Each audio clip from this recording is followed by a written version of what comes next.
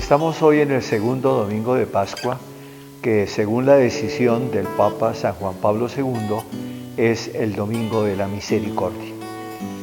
La misericordia del Señor llena la tierra, nos dice un salmo. Hoy debemos experimentar de una manera especial esa misericordia. Escuchemos con atención. Lectura del Santo Evangelio según San Juan. Al anochecer de aquel día, el primero de la semana, estaban los discípulos en una casa con las puertas cerradas por miedo a los judíos. Y en esto entró Jesús, se puso en medio y les dijo: paz a ustedes. Y diciendo esto, les enseñó las manos y el costado. Y los discípulos se llenaron de alegría al ver al Señor. Jesús repitió: paz a ustedes. Como el Padre me ha enviado, así también los envío yo. Y dicho esto, sopló sobre ellos y les dijo: reciban el Espíritu Santo. A quienes les perdonen los pecados, les quedan perdonados. A quienes se los retengan, les quedan retenidos. Tomás, uno de los 12, llamado el mellizo, no estaba con ellos cuando vino Jesús. Y los otros discípulos le decían: hemos visto al Señor. Pero él les contestó: si no veo en sus manos la señal de los clavos, si no meto el dedo en el agujero de los clavos y no meto la mano en su costado, no lo creo. A los 8 días estaban otra vez dentro los discípulos y Tomás con ellos. Llegó Jesús, estando cerradas las puertas, se puso en medio y dijo: paz a ustedes. Luego dijo a Tomás: trae tu dedo, aquí tienes mis manos. Trae tu mano y métela en mi costado, y no seas incrédulo, sino creyente. Contestó Tomás: Señor mío y Dios mío. Jesús le dijo: porque me has visto, ¿has creído? Bienaventurados los que crean sin haber visto. Muchos otros signos que no están escritos en este libro hizo Jesús a la vista de los discípulos. Estos han sido escritos para que crean que Jesús es el Mesías, el Hijo de Dios, y para que creyendo tengan vida en su nombre. Palabra del Señor. ¿Por qué hoy, Domingo de la Misericordia?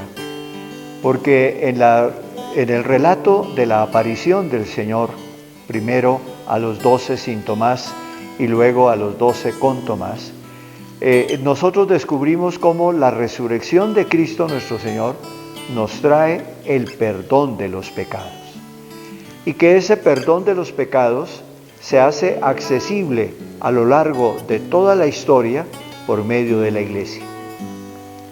Con la resurrección de Cristo y al participar nosotros de la resurrección que Él ha ganado para nosotros, estamos recibiendo el perdón de nuestros pecados.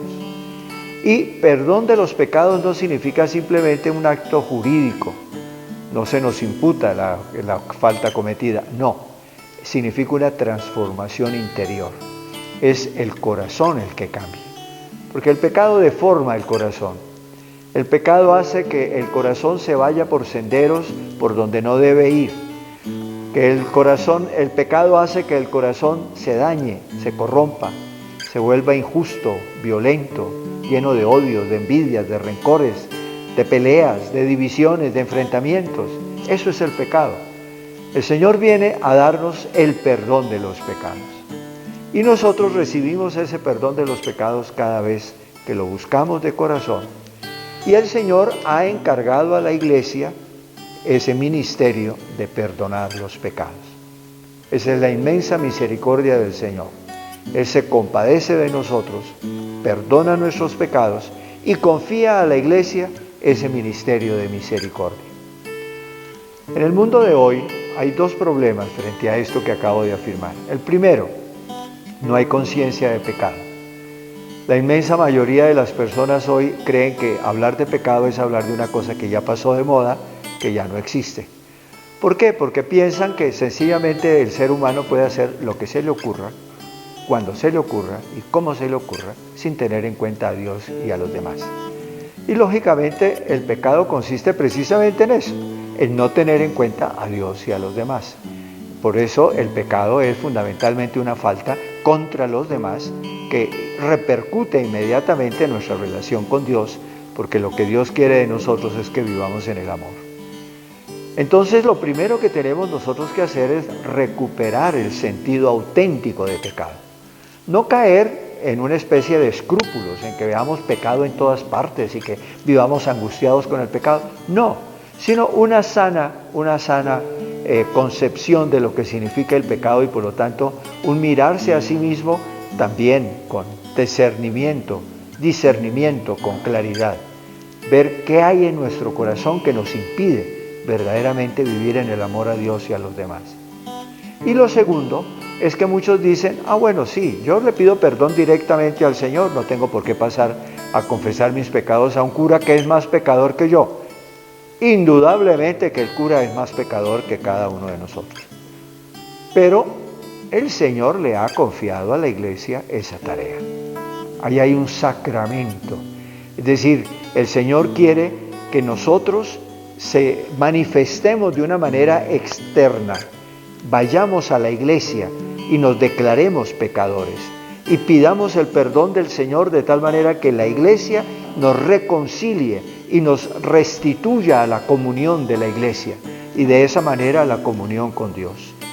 Qué bueno que nosotros aprendamos a manejar el sacramento de la penitencia de una manera sana, que nos llene de paz, de alegría, de fuerza, que nos haga al mismo tiempo, que nos lleva a tomar conciencia de nuestros pecados, que nos haga entrar en un proceso claro de discernimiento de lo que es nuestra vida y por lo tanto se vaya convirtiendo el sacramento de la confesión en una verdadera ayuda para crecer, para ser más, para vivir cada día más plenamente, para vivir cada día más en una comunión profunda con Dios y con los demás.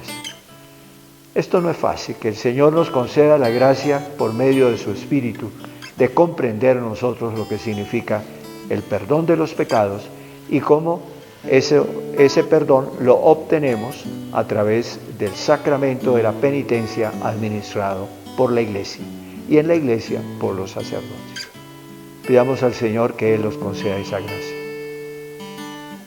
La bendición de Dios Todopoderoso, Padre, Hijo y Espíritu Santo, descienda sobre ustedes y permanezca para siempre.